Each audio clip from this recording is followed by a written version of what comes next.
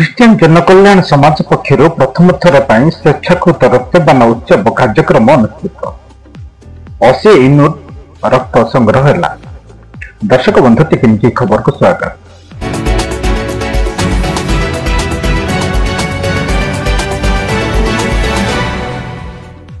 कंधमाल जिला खो उदयगिरी विज्ञापित अंचल परिषद अंतर्गत एमएमसी हॉस्पिटल प्रांगण में ख्रीष्टियान जनकल्याण समाज पक्षर प्रथम थर पर स्वेच्छाकृत रक्तदान उत्सव कार्यक्रम अनुष्ठित हो जायछि।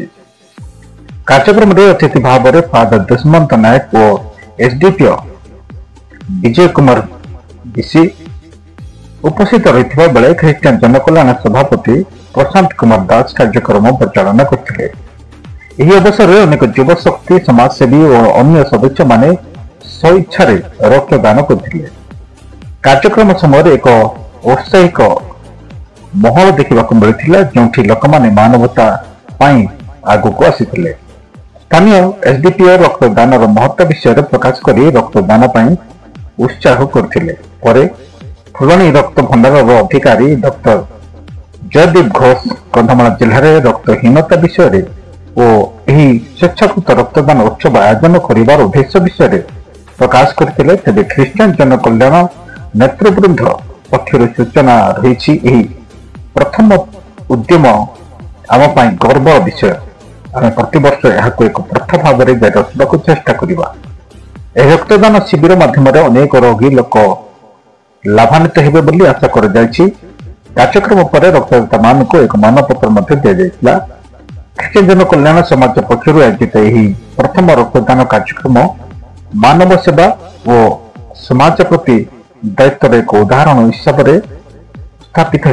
यह कार्यक्रम में फुलवाणी रक्त भंडार डॉक्टर जयदीप घोष नेतृत्व में दीनकृष्ण महांती, रश्मिता नायक, प्रशांत कुमार रत्नालु, वरुण बेहरा और टीम एमसी रक्त संग्रह करते।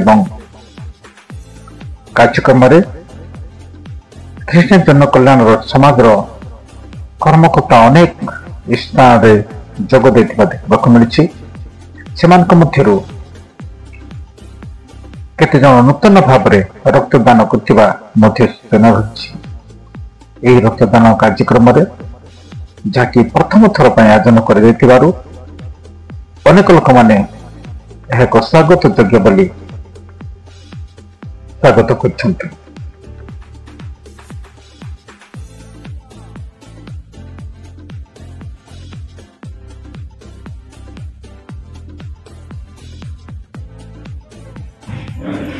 समस्त को नमस्कार। आपण मैंने मत जानी मो नाम हूँ गगन कुमार प्रधान।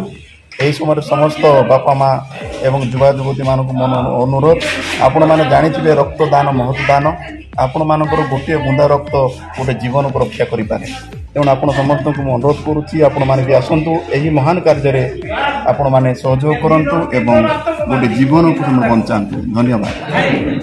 दर्शक बंधु टिकिनिकी खबर अधिक अपडेट टिकिनिकी खबर को सब्सक्राइब, लाइक और शेयर करने को भूलिए नहीं।